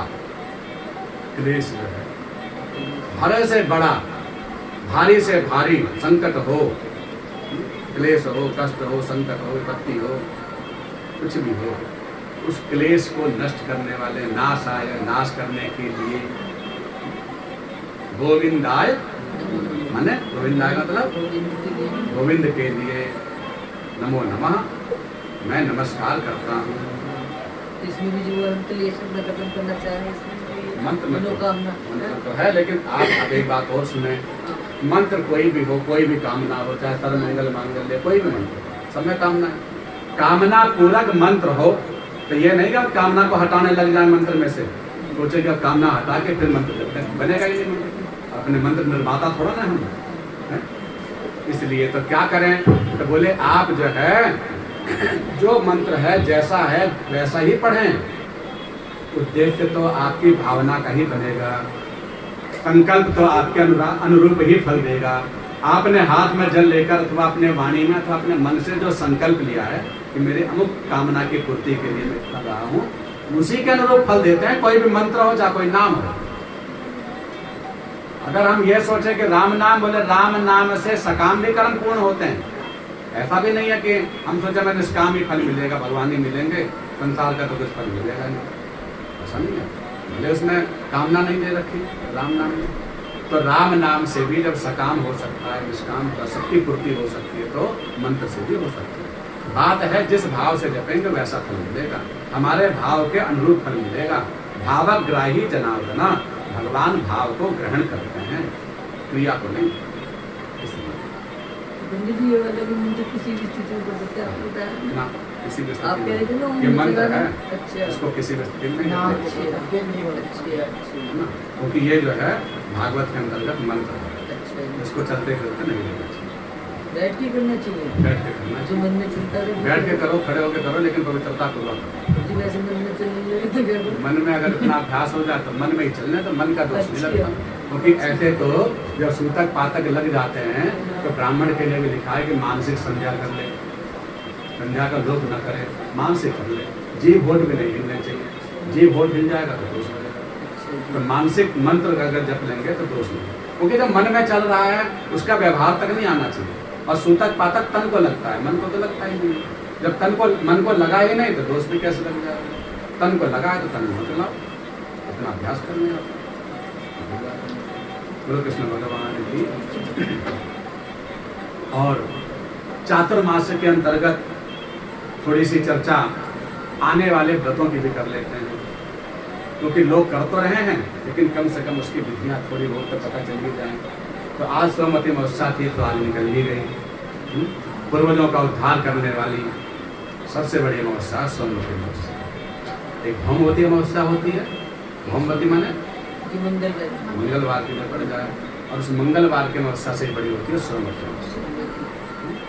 पितरों को मोक्ष देने वाली, कल्याण करने वाली है। पूर्वजों के नाम से इसमें जो बन जाए, जितना बन जाए, गीता का पाठ, तर्पण इत्यादि जो बने अपना करना चाहिए। गंगा स्नान की बड़ी भारी नहीं है। जिस दिन नैमिषारण्य में दूध ले जाता है वहाँ है ना जो पानी वो अमावस्या के दिन ही होता है वहाँ पर नैमिषारण्य में स्नान। दूध वहाँ वो बन जाता है। जल भी दूध के जैसा धवलता आ जाती है, उसमें सफेदी आ जाती है। हाँ, ना दूध जैसा दूध ही बन जाता अरे है। ये कहते हैं कि और बेलपत्र भी डालते हैं तो कैसे डूबता नहीं है। हाँ फल भी डालो दूध के लिए पर आ जाता है। एक जगह है वहाँ दर्शन वो किए। तो जी उसके पास है नैमिषारण्य के पास जगह है वो तो कि जो आ जाती है, जो स्वीकार कर लेते हैं वो मतलब प्रसाद के रूप में ऊपर आ जाते हैं इस वजह से। कि रासायनिक प्रक्रिया तो ना करो। हाँ, नहीं ये तो वहीं के रहने वाले हैं, हमें ज़्यादा पता है। पर हम तो दर्शन करने गए तो हमने नहीं क्यों आपको ज्यादा पता, आप ज्यादा गए हमारे ऐसे शुरू में गए पंडित जी जितने कहा तो बहुत बढ़िया स्थान है नैमिषारण्य। वो सबसे बड़ा तीर्थ स्थान है। सीतापुर डिस्ट्रिक्ट में कभी कृपा होगी ठाकुर जी ले चलें, है ना, तो चलेंगे सब लोग। तो गुंडेवान है लेकिन। तीर्थ वर नैमिष विख्याता। तीर्थ वर माने तीर्थों में वर माने श्रेष्ठ जो है वो है नैमिष। मनु शत्रुपा जी ने तपस्या कहाँ करी? नैमिषारण्य में, हैं? द्वापर का जो तीर्थ और अगर कोई पूछे कि हमारे 18 पुराण कहाँ लिखे गए तो हम क्या बताएंगे? लिखे कहाँ गए सारे? लिखने का एकमात्र स्थान है माना गांव के पास व्यास गुफा, बद्रीनाथ। वहीं वेद व्यास जी के गुफा में बैठ करके लिखे गए। तो वहाँ लिखने का काम हुआ, वेद व्यास जी ने लिखे। और कोई कहे सुनाए कहाँ गए, तो सुनाने का स्थान है नैमिषारण्य। 18 पुराण, बाकी अलग अलग प्रसंगों को अलग अलग पुराणों में अलग अलग अन्यत्र भी हुई। लेकिन सूत जी का और सौनक आदि जी का जो संवाद हुआ, मैंने सूत जी ने जो संकल्प लेकर के 18 पुराणों की कथा सुनाऊंगा, वो व्यास गद्दी आज भी विराजमान है, वही पेड़ है। तो ज्ञान की प्राप्ति के लिए श्री 18 पुराणों का श्रवण करने का है। और जहाँ भगवान का नैमिषारण्य का एक अर्थ और भी है, आध्यात्मिक अर्थ क्या है? तो निमिषम अरण्यम तस्य नाम नैमिषारण्यम। निमिष मात्र जो भगवान जहाँ से अलग नहीं होते, इसलिए भी उसका नाम है नैमिष। निमिष का मतलब निमिष, निमिष कहते हैं पलक झपकने। पलक झपकने को निमिष बोला जाता है। पलक झपकने मात्र भी जहाँ से भगवान अलग नहीं रहते, इसलिए नैमिषारण्यम। और दूसरा नैमिषारण्यम बोले नैमिषारण्यम इसलिए क्योंकि निमि कहते हैं चक्र की नेमी को। तो भगवान ने अपने सुदर्शन चक्र को छोड़ा था जब देवताओं ने प्रार्थना करी, ऋषि मुनियों ने कि हे प्रभु कोई ऐसा विशेष स्थान बताइए जहाँ पर किया हुआ जप तप व्रत यज्ञ अनुष्ठान कोई भी सुकृत अनंत गुना बन जाए, तुरंत तत्काल बढ़ जाए। तो कर्म के अंदर ये दो बातें लिखी हैं। एक तो लिखा है कि सामान्य स्थानों पर किया हुआ कर्म जैसा करेंगे वैसा फल देगा, लेकिन कुछ विशेष स्थान ऐसे होते हैं तीर्थ धाम है, वहां पर किया हुआ फल चक्रवर्ती ब्याज की तरफ तुरंत बहुत तेजी से बढ़ जाता है, बहुत तेजी से बढ़ जाता है। पुण्य भी बढ़ जाते हैं तो पाप भी बढ़ जाते हैं, दोनों का ध्यान देना चाहिए। पुण्य बढ़ेंगे तो सीधी से पाप भी बढ़ सकते हैं, बढ़ जाता है जो भी किया हुआ कर्म है। तो इसलिए उन्होंने कहा कोई ऐसा स्थान बताइए। तो उन्होंने कहा भैया मैं अपने सुदर्शन चक्र को छोड़ता हूँ, जहाँ इस चक्र की नेमी खंडित हो जाएगी, टूट जाएगी, उस स्थान को ही सर्वश्रेष्ठ स्थान समझना। भगवान ने अपने सुदर्शन चक्र को हाथ में से मुक्त किया और बहुत दूर जाकर के एक चट्टान से टकराकर चक्र की नेमी टूट गई। जहाँ चक्र की नेमी खंडित हुई वहीं देवताओं ऋषि मुनियों ने वास किया और कहा प्रभु को जय हो जय हो। और वह चक्र जो है चक्राकार कुंड बना करके पाताल में प्रवेश कर गया, पुनः भगवान में चला गया। तो वह चक्र तीर्थ बन गया, जो आज भी नैमिषारण्य में चक्र तीर्थ नाम से विख्यात है। चक्राकार कुंड है और वही लोग स्नान ध्यान करते हैं। उसके नीचे जो है बहुत गहराई है, मतलब उसका अंत ही नहीं है। और किनारे किनारे उसके लोग स्नान करते करते परिक्रमा लगाते हैं। हाँ वही है, पैड़ियाँ हैं और वैसे भी है, बढ़िया स्थान है। तो नैमिषारण्य अद्भुत है। जहाँ वो ललिता देवी है तो ये कौन सी वाली देवी? वहाँ ललिता देवी श्री ललिता जी 51 शक्तिपीठों में है। 51 शक्तिपीठों में एक शक्तिपीठ भी है वहाँ पर, जिनका नाम है ललिता देवी। तो श्री ललिता देवी जी का शक्तिपीठ भी नैमिषारण्य में है। ललिता देवी महालक्ष्मी का ही स्वरूप है। तो ललिता देवी जी का वहाँ शक्ति मंदिर है, शक्तिपीठ है। और बहुत स्थान है नैमिषारण्य में। गोमती जी का स्नान है, गोमती जी का जल बड़ा स्वच्छ है, पावन है, पवित्र है। क्योंकि वहीं से ज़्यादा दूर से प्रकट नहीं हुए, पास से ही उनका उद्गम स्थल है, इसलिए बहुत जल बहुत पवित्र है, बिल्कुल साफ गोमती। बोलो कृष्ण भगवान की जय। तो अब जो है, अब सबसे पहला व्रत कौन सा आ रहा है? गणेश चतुर्थी, हाँ, उससे पहले आएगा हरितालिका तीज। हरितालिका तीज, हरितालिका तीज, तो हरितालिका तीज का व्रत किसने किया था? पार्वती जी को। हाँ, पार्वती जी ने किया था, भगवान शिव को पति रूप में प्राप्त करने के लिए। हरिवीर, तो इसे हरितालिका तो व्रत को भी सौभाग्यवती स्त्रियों को चाहिए, भी करती हैं। कठोर व्रत होता है, निर्जल करना चाहिए और भगवान गौरी शंकर की उपासना करना चाहिए। उसके बाद कौन सा व्रत है? गणेश चतुर्थी, गणेश चतुर्थी।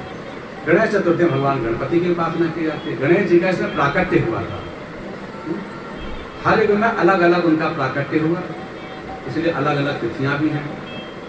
और सतयुग में वे मान्य महोत्कट मयूरे सत्रेता अभिराम, और द्वापर में वे गेय गजानन, कलयुग धूम्र के शुभ नाम। चार युगों में भगवान के अलग अलग रूपों में रहता है। तो ऐसे गणेश जी की पूजा होती है। विशेष रूप से ये पर्व महाराष्ट्र का पर्व है, क्योंकि वहीं पर कार्तिकेय जी का और श्री गणपति जी का मिलन हुआ। तो गणपति जी और कार्तिकेय जी का मिलन हुआ, इसलिए गणपति जी को बुलाया जाता है। और कार्तिकेय जी का स्थान कौन सा है? उनका सिद्ध स्थान है, अपना निज स्थान। वो कहाँ पर है? मल्लिकार्जुन, क्रौंच द्वीप पर है वो। उस पर्वत का नाम है क्रौंच। क्रौंच पर्वत पर ही, हाँ, क्रौंच पर्वत पर ही बाद में परीक्षित जी, वो क्या नाम है, कार्तिकेय जी नाराज होकर चले गए थे और वहाँ पे जाके बैठे। फिर वहाँ जाकर के माँ पार्वती ने बनाया, फिर शंकर भगवान ने बनाया, फिर वहीं पर इसीलिए भगवान प्रकट हुए। प्रकट होने के पीछे कार्तिकेय जी का ही काम है वहाँ पर। और वहीं पर बहुत दूर जाकर चढ़ाई पर वहाँ लोग जा नहीं पाते हैं, इसलिए हम लोग नहीं गए। तो वही एक स्थान है, वहाँ पर कार्तिकेय जी का स्थान। हाँ, जा सकते हैं, हम तो है, लेकिन थोड़ा दूर पड़ जाता है, पड़ जाता है, इसलिए हम लोग जाते हैं, पर जाना चाहिए। कार्तिकेय जी का मुख्य स्थान है। जैसे केदारनाथ जी ना, हैं? जैसे केदारनाथ जी। हाँ, जो भी है, गए नहीं हो तो, लेकिन वहाँ वही स्थान है उनका, कार्तिकेय। आप लोग भी दिखाई दे केदारनाथ जी। ऐसा दिव्य स्थान है। तो वहीं पर मिलन हुआ था, महाराष्ट्र में आए मिलने। तो मिलने आए, फिर अनंत चतुर्दशी में विदाई हुई, इसलिए अनंत चतुर्दशी तक ये महोत्सव मनाया जाता है। इसके पीछे ये कारण है, जो कारणों को हम समझ लें, है ना। तो ये त्योहार वहाँ का विशेष है, यहाँ करें, सब जगह करें, अच्छी बात है, लेकिन भाव बदलते हैं, क्योंकि भाव हम लोग वही रख लेते हैं, इसलिए गलती हो जाती है।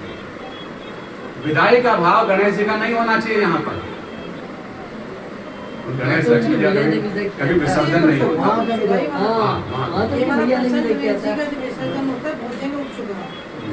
लेके भी आते फिर उनका विसर्जन हाँ, तो अब करने का विधान भी है, ऐसा नहीं है कि नहीं है भी।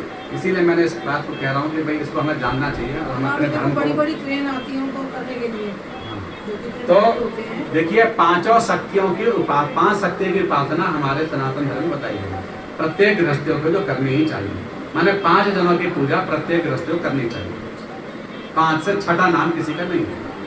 शक्ति में 5 ही का नाम है, देवताओं में अनंत नाम है, लेकिन शक्ति में भगवान के 5 स्वरूप बताए गए। कौन कौन से की पूजा करनी चाहिए? शिवम, शिवाम, हरि, सूर्यम, गणेशस्य च सद्बुधम।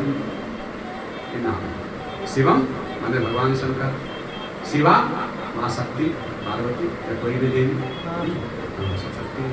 शिवम शिवाम हरि नारायण, है ना। सूर्यम सूर्य भगवान और गणेश जी। इन 5 जनों की उपासना प्रत्येक गृहस्थी को करनी चाहिए, चाहे कोई भी धर्म का हो, कोई संप्रदाय का हो, कोई सबकी पूजा करनी चाहिए। हाँ, किसी एक विशेष धर्म से हो जाए तो भी युगल उपासना करनी चाहिए, और फिर कदाचित कहीं निर्गुण संप्रदाय में लग जाए तो फिर की भी उपासना है, वो भी बात है। लेकिन गृहस्थियों के लिए तो 5 की नहीं है, क्योंकि गृहस्थी का मतलब जो यहाँ भी सुख चाहते हैं वहाँ भी सुख चाहते हैं। अगर यहाँ सुख चाहिए तो 5 ही करो, और जो यहाँ के सुख से वंचित रहना चाहते हो तो मत करो, तो भी कोई दिक्कत नहीं, क्योंकि फिर वो वंचित रह जाएगा।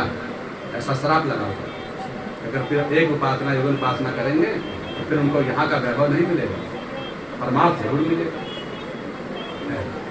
तो इन 5 दिनों की पूजा करनी चाहिए और इनके अंदर इन 5 को अंदर ये सूर्य भगवान को छोड़कर बचे जो 4 वो यहाँ पर धरातल में सूर्य का प्रत्यक्ष है, इसलिए कहा प्रत्यक्षम।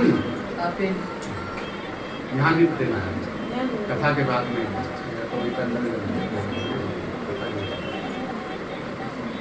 तो प्रत्यक्षम ज्योतिषम शास्त्रम। अगर प्रत्यक्ष भगवान कोई है, प्रत्यक्ष में दर्शन देने वाले, तो उनका हमारे पुराण कहते हैं सूर्य है, सूर्य चंद्रमा भगवान ये प्रत्यक्ष में है। प्रत्यक्ष मान करके इनको पहले प्रणाम करना चाहिए, प्रतिदिन सूर्य को जल देना चाहिए। तो ये प्रत्यक्ष में समझे सूर्य नारायण सबके आगे रहेंगे, उनका जल जरूर देना चाहिए सबको। और बाकी जो 4 हैं उन्हें सबको जल प्रवाह का विधान बनाया गया। 4 का जल प्रवाह का विधान ठाकुर जी का भी है, देवी का भी है, गणेश जी का भी है, सुंदर जी का भी है। तो पूछा गया कारण क्या है प्रवाहित के पीछे, प्रवाहित क्यों, विसर्जन क्यों? तो बोले प्रवाह करने से विसर्जन का भाव नहीं है, प्रवाह के पीछे कारण क्या है? चातुर्मास में 4 दिन, ये 4 दिन है ना, सूर्य जी को छोड़ दो तो 4 दिनों का प्रवाह का समय है, इन 4 दिन अलग किसी महीने में नहीं, इन 4 में है। सबसे पहला कौन सा महीना आता है चातुर्मास में? सावन का। किसकी पूजा होती है उसमें? भगवान शंकर जी की। तो पार्थिव शिवलिंग की पूजा का विधान है कि गंगा जी पे जाओ, वहां रेत के मिट्टी के शिवलिंग बनाओ, उनकी विधिवत पूजन करो और उनको फिर प्रवाहित करो। तो पार्थिव शिवलिंग की पूजा का विधान है श्रावण मास में, और अन्यत्र भी कर सकते हैं, लेकिन श्रावण में तो विशेष है। क्यों? अभी आगे बताते हैं। फिर भादों के महीने में किसकी पूजा होती है? गणेश जी की, उनके भी प्रवाहित का विधान है, विधान है, ऐसा नहीं है कि लिखा नहीं, गणेश पुराण में ये बात लिखी है। फिर आ जाते हैं आपके कुवार आश्विन, उसमें माँ शक्ति की, और उनका भी जल प्रवाह का विधान है। फिर कार्तिक मास किसका है? नारायण जी का। 4 भगवान आगे, 4 क्रम से आगे, और उनको भी कार्तिक मास में प्रवाहित का विधान है। तो ये 4 हैं। अब लेकिन इन 4 के उपासना में विधान क्यों बना? बोले चातुर्मास के दिन में, बरसात के दिन माने जाते हैं। बरसात के दिन में नदियां जो है रजस्वला संज्ञा को प्राप्त हो जाती हैं, तो लिखा है अशुद्ध हो जाती है, जल प्रदूषित हो जाता है, तो उसको नाम दे दिया वो धर्म के रूप में। लेकिन वस्तुतः बात तो वही है कि जल गंदा हो जाता है, स्नान नहीं करना चाहिए, है ना, साफ जल नहीं रहेगा। तो ऐसे में जल को शुद्धिकरण का ऋषि मुनियों ने वैज्ञानिक तरीका बताया। तो उसको जल को शुद्ध कैसे किया? तो जल को शुद्ध करने इसके लिए चूना से जल साफ होता है। पीली मिट्टी सतह को बैठ जाने से पीली मिट्टी से भी जल साफ होता है ना, दुर्वा ये सब। अब सब चीजें जो लिखी हैं वो देखो क्या क्या लिखी है, कैसे बनना चाहिए। तो गणेश जी का जो प्रतिमा बननी चाहिए वो कैसे बननी चाहिए? बोले पहली बात बनानी चाहिए, बनी बनाई जो मिल रही हैं, इनकी पूजा जो हम कर रहे हैं तो मेरे हिसाब से बिल्कुल गलत है। फल मिल रहे हैं, गलने के बाद छोड़ा, पहली बात है पीओपी और केमिकल की है, पीली मिट्टी के गणेश जी की शुभता है। ये नहीं कहता आप हम कोई भी चीज को लाएंगे किसी को भी लपेट देंगे गला के साथ, पीली मिट्टी के गणेश जी हो तो ठीक है, नहीं तो भाई गणेश जी हाथ जोड़ो, गणेश जी का नाम ले लो। तो पीली मिट्टी के हों, भारतीय देसी गाय गोबर के हों, सत्य मृतिका के हों, पीली मिट्टी के अंदर हम बहुत सारी औषधियों वनस्पतियों के रस मिला सकते हैं, उन सबके द्वारा हम बढ़िया सी प्रतिमा बना सकते हैं। और उनका फिर चूना और गेरू इनके द्वारा श्रृंगार किया जाए, और चीज़ों से नहीं, चूना गेरू से। फिर उसके पास हम दुर्वाओं के द्वारा पूजा लिखी है, क्योंकि दुर्वा भी पवित्र है, औषधि है, इनके द्वारा गणेश जी की पूजा की जाए। तो प्रतिदिन आप पहले गणेश जी की प्रतिमा बनाएं गणेश जी के नामावली से, और फिर उनको एक दुर्वा के आसन पर स्थापित करें, नीचे उनके दुर्वा जरूर रहनी चाहिए, दुर्व घास के ऊपर उनको स्थापित करें। ये गणेश जी की पूजा जो करें तो इस विधि से करें, पीले कपड़े को बिछाएं और पीला सूती कपड़े के ऊपर गणेश जी को विराजमान करें। फिर उनके पश्चात उनको स्नान आदि के भाव से उनके आगे कटोरी रख लो, और उसमें पाद्य मरगम और पंचामृत इत्यादि जो चढ़ाना अलग चढ़ा लो, भगवान जी को वस्त्र आदि से सुसज्जित करके उनके मस्तक पर चंदन लगा करके, रोड़ी न लगाएं, चंदन का तिलक करें, सिंदूर का तिलक करें, है ना। और फिर उसके पश्चात दुर्वाओं के द्वारा 12 दुर्वा के द्वारा 12 गणेश जी के नाम से, 108 गणेश जी के नाम से, सहस्रावली से गणेश जी के 1000 नाम की हैं, उनके द्वारा गणेश जी का दुर्वार्चन करें, दुर्वाओं के द्वारा पूजा करें, दुर्वाओं की माला पहनाएं, तुलसी कदापि न चढ़ाएं, गणेश जी पर तुलसी नहीं चढ़ती। और दीप आदि दिखा करके भोग में गणेश जी को क्या भोग लगता है? लड्डू का। और क्या प्रिय है? और गणेश जी को क्या प्रिय है? ये तो सब जानते हैं, कोई नई बात बताओ जो गणेश जी को लिखा हो और आप सब लोग उस मंत्र को जानते हैं। वो मंत्र भी आप सभी लोग जानते हैं जिसमें लिखा है कि गणेश जी को और क्या चढ़ाना चाहिए। इसका भोग लगता है गजाननम भूत, ये मंत्र तो सब जानते हैं, गजाननम भूत गणादि सेवितम। इसमें ही लिखा है भगवान को गणेश जी को क्या प्रिय है। हाँ, कपित्थ जम्बू, कपित्थ माने बेर, गणेश जी को बेर बहुत प्रिय है। गणेश जी तो हर मौसम के है ना, गणेश जी तो हर मौसम के है, तो कहीं और कभी पंडित जी उठ के चली जाए दूसरा तो क्या हो, एक दिन नहीं उठ के चली उड़ के जाए तो कपित्थ माने बेर प्रिय है। और क्या प्रिय है? जम्बू, जम्बू माने जामुन, तो जामुन भी गणेश जी को प्रिय है ना। तो इनका भोग लगाएं अगर जो संभव हो तो गणेश जी का भोग लगाएं, प्रार्थना करें और फिर उनका इसी तरह से प्रतिदिन पूजन अर्चना करें। और बाद में गणेश जी को जल में प्रवाहित इसलिए किया जाए क्योंकि ऐसे गणेश जी जो मिट्टी आदि के, चूना आदि, गेरू आदि के हमारा भाव बन गया और गणेश जलाधिपा, उस जल को हम ये ना माने कि कोई व्यस्ती चीज है। जल ऐसी चीज है कि भागवत के महात्म प्रकरण में लिख रहे हैं कि 12 स्थान है भगवान के जहाँ पर किसी की भी पूजा हो सकती है, किसी की भी, माने सारे देवी देवता, सारे भगवान के पूजा के स्थान 12 जगह हैं, केवल मंदिर में स्थान नहीं है। उसमें माता पिता भी हैं, सब देवताओं की पूजा कर सकते हैं, सबका वास होता है माता पिता का। और बड़े पंच तत्वों में वास है। पृथ्वी में आप किसी के भी नाम से एक लोटा जल चढ़ा सकते हैं, जहां चढ़ा दोगे मिट्टी साफ में, वहीं से सब देवता स्वीकार कर लेंगे। पृथ्वी कोई साधारण नहीं, पृथ्वी माता है, सबका वास है। और क्या करें? बोले हमें कोई देवता का नाम पता चल गया, देवता की मिले ही नहीं, उनकी तस्वीर मिली नहीं, अब उनकी पूजा कैसे करें? बोले धरती माता तो मिली, उनके नाम से जल तो दे दो, स्वीकार हो जाएगा। जल गंगा जी में, नदियों में, किसी भी नदी में किसी के भी नाम से तर्पण किया जाता है। अनंत अनंत समस्त देवी देवता भक्त वैष्णव किसी के भी नाम से आप जल दे सकते हैं। तो ये नहीं कि हम विसर्जन कर रहे हैं उनका, विसर्जन का भाव थोड़ा ना, सबका जल दिया जाता है, तो सबके जलांजलि दी जाती है, विसर्जन नहीं दिया जा रहा है। उसी तरह से भाव यह है कि हम गणेश जी को ही छोड़ो, हम किसी भी देवता की प्रतिमा को बना करके अगर हम गंगा जी में अथवा किसी भी नदी में प्रवाहित कर रहे हैं, कि विसर्जन का भाव नहीं होना चाहिए मन में कि उन्हें भेज रहे हैं, भेजेंगे तो भेज जाएंगे, उनको हम प्रवाहित करें, उनका स्थान दे रहे हैं, क्योंकि मूर्ति भी खंडित हो जाती है ना, तो उनको स्थान वही है। जल बहुत बड़ी चीज है, जल के ऊपर तो बहुत बड़ा वरुण देवता साधारण नहीं है, तो जल जो है अपने आप में परिपूर्ण है। जल की पूजा हो गई, सबकी पूजा हो गई, आप जल के रूप में सबकी पूजा कर सकते हैं। तो इसलिए आप जल को भगवान का ही स्वरूप समझें और जल में प्रवाहित करके आप जल को पवित्र बना रहे हैं। और इन 4 महीनों में ही प्रवाहित का विधान इसलिए बना क्योंकि जल की पवित्रता सबके लिए जरूरी थी। तो हम इस विधि से पूजा करें गणेश चतुर्थी। बोलो गणपति महाराज की। तो इस तरह से आज की कथा का प्रसंग हुआ। बोलो भगवान की।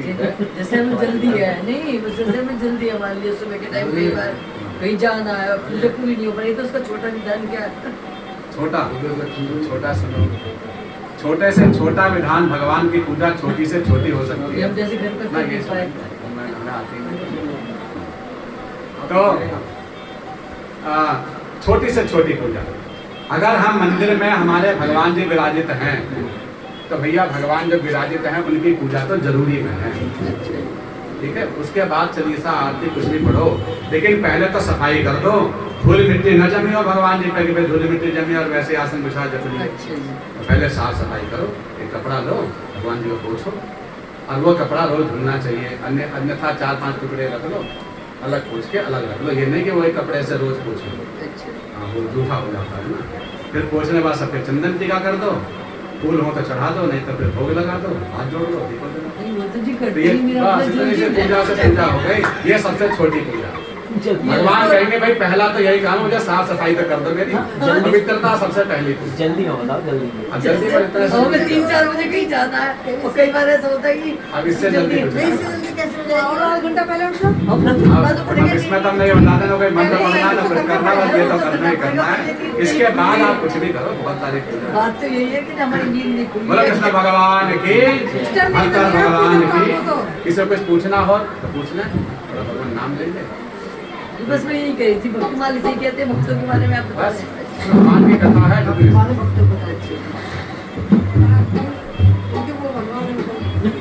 तो मैं तो पंडित जी से सारे क्वेश्चन करती मैम बहुत बढ़िया क्वेश्चन करने वाला ही अच्छा एकदम बहुत बढ़िया। मन में चलता रहता है ना, इसका क्या मतलब हुआ। चलिए अब थोड़े से भगवान के नाम सुनेंगे। चलिए हाँ, हाँ,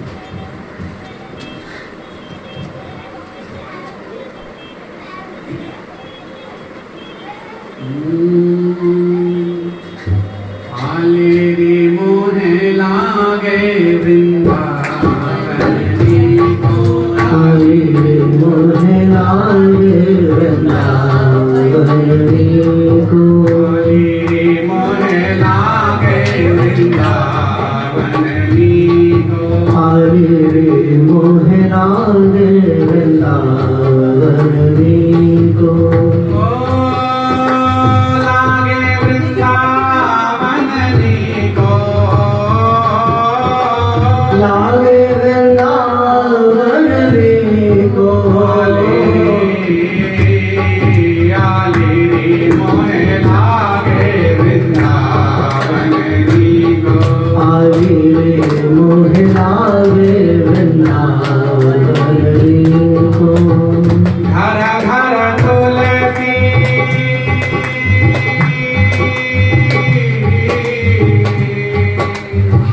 घर घर तुलसी ठाकुर सेवा, घर घर तुलसी ठाकुर सेवा, घर घर तुलसी ठाकुर सेवा, घर घर तुलसी ठाकुर सेवा, दर्शन गोविंद जी को, दर्शन गोविंद जी को, आले रे मोहे लागे वृंदावन को, आले रे मोहे लागे वृंदावन को, निर्मल नीर बहत यमुना को, निर्मल नीर बहत यमुना को, निर्मल नीर बहत यमुना को, निर्मल नीर बहत यमुना को, भोजन दूध दही को, भोजन दूध दही को, आले रे मोहे लागे वृंदावन को, आले रे मोहे लागे वृंदावन को, रतन सिंहासन आप विराजे, रतन सिंहासन आप विराजे, रतन सिंहासन आप विराजे, रतन सिंहासन आप विराजे, मुकुट धरो तुलसी को, मुकुट धरो तुलसी को,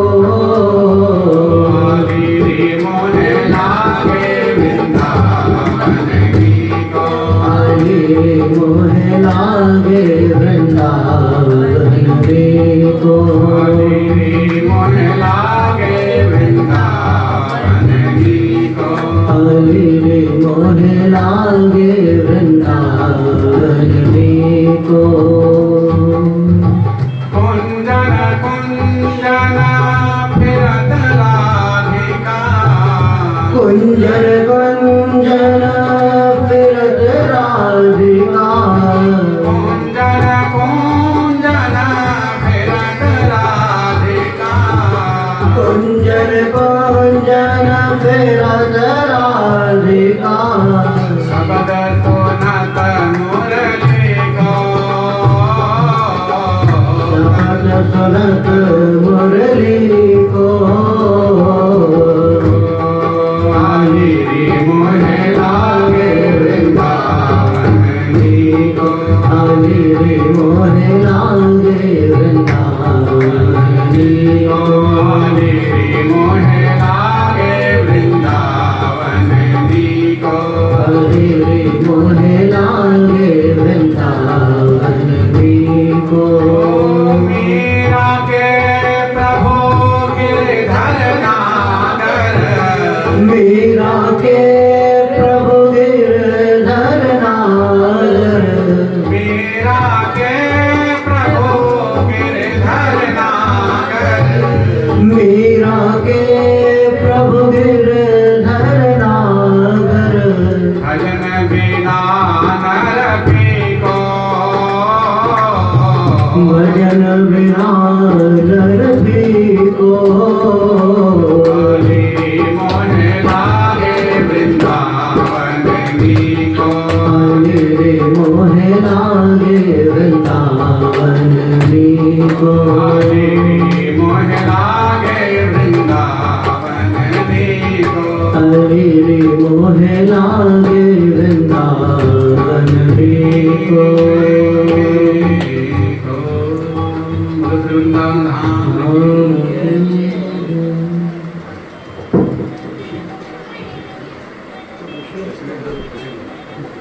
आदमी का नाम लेकर जाओ के भाव।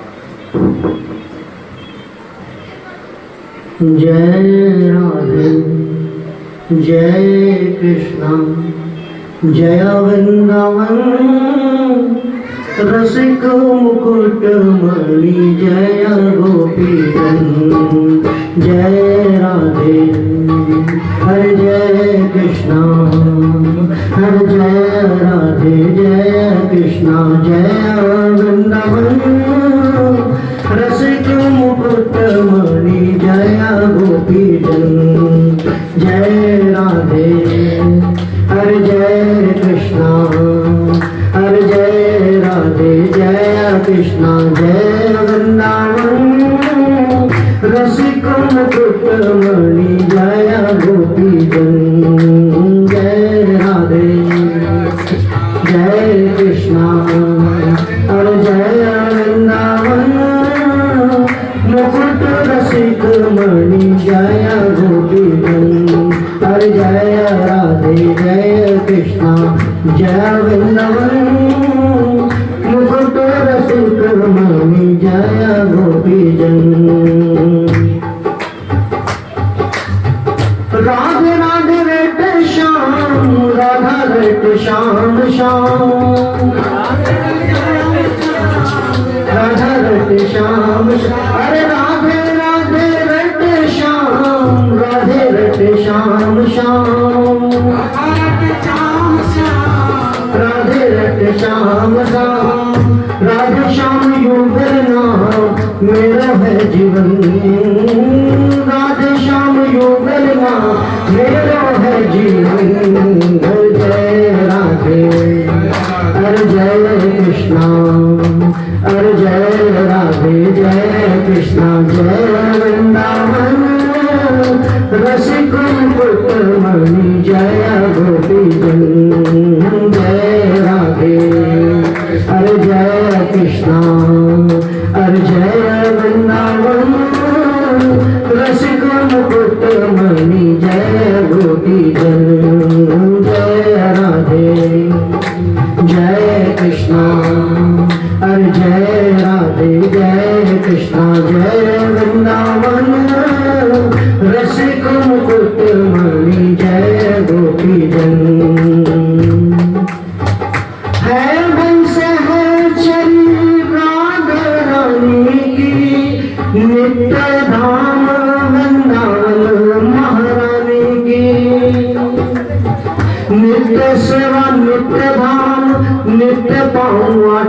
नाम नित्य सेवा नित्य नाम नित्य पावठोयाम राखो रुचि सोई जोई श्री महारानी की जय राधे।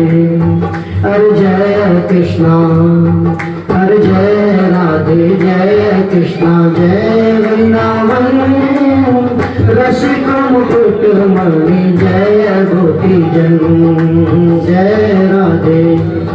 हर जय कृष्णा हर जय वृंदावन रसिक मुकुट मणि जय गोपी जन जय राधे।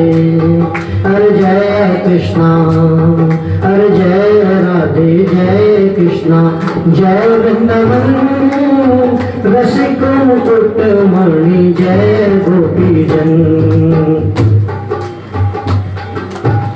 जय राधे जय कृष्ण जय वृंदावन रसिक मुकुट मणि जय गोपी जन। बोलो बढ़िया।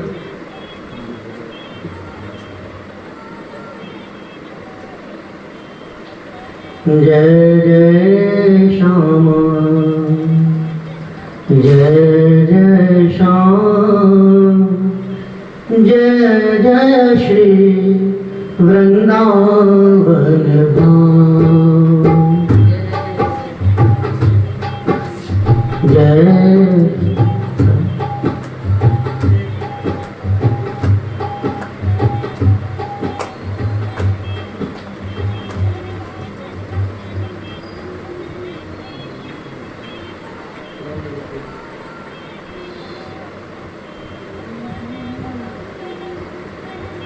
गोविंद हरे गोपाल हरे जय जय प्रभु दीन दयाल हरे जय जय प्रभु दीन दयाल हरे जय जय प्रभु दीन दयाल हरे गोविंद हरे गोपाल हरे गोविंद हरे गोपाल हरे जय जय प्रभु दीन दयाल हरे जय जय प्रभु दीन दयाल हरे गोविंद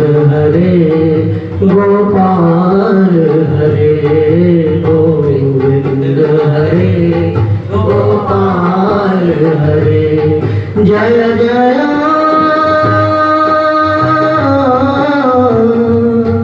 जय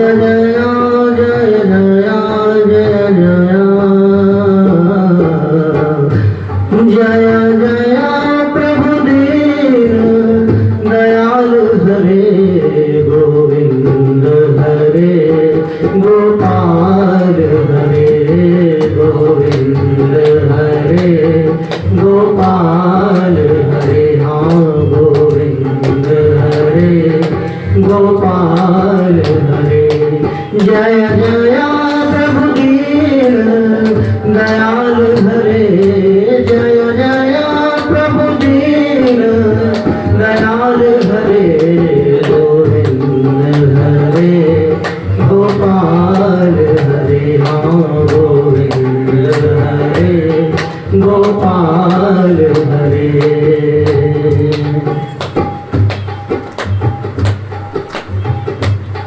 हरे काशियों प्रयाग द्वारवती को निहार आए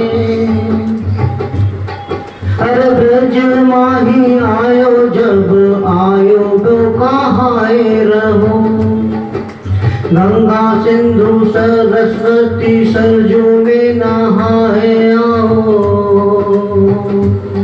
हर जमुना में नहाओ जब नहाओ कहाँ रहो अरे लाल बल ब्रिज ब्रज राज की रंगीली छवि। अरे लाल बलबीर ब्रज राज की छवि छवि। अरे हिये माही लाओ जब लाए वो कहाए रहियो। प्रभु प्रसाद पायो शीस संतन कुनायो। श्री वृंदावन पायो जब पायो वो कहाए रहियो। श्री वृंदावन पायो जब पाए वो कहाए रहियो। श्री वृंदावन वृंदावन वृंदावन वृंदावन वृंदावन रहिए। अरे वृंदावन की गलियों में राधे राधे कहिए। वृंदावन वृंदावन वृंदावन रहिए। अरे वृंदावन वृंदावन वृंदावन रहिए। अरे वृंदावन की गलियों में राधे राधे कहिए। अरे वृंदावन की गलियों में राधे राधे कहिए। अरे वृंदावन वृंदावन वृंदावन रहिए। अरे वृंदावन वृंदावन वृंदावन रहिए। वृंदावन की गलियों में अरे वृंदावन की गलियों में अरे राधे राधे कहिए। कृष्ण हो तो पाइए। राधा राधा करने से कृष्ण सम प्राप्त है। अरे वृंदावन वृंदावन वृंदावन कहिए। अरे वृंदावन की गलियों में राधे राधे कहिए। वृंदावन वृंदावन वृंदावन कहिए। अरे वृंदावन की गलियों में राधे राधे कहिए। वृंदावन वृंदावन वृंदावन रहिए। श्री वृंदावन वृंदावन वृंदावन रहिए। वृंदावन की गलियों में राधे राधे कहिए।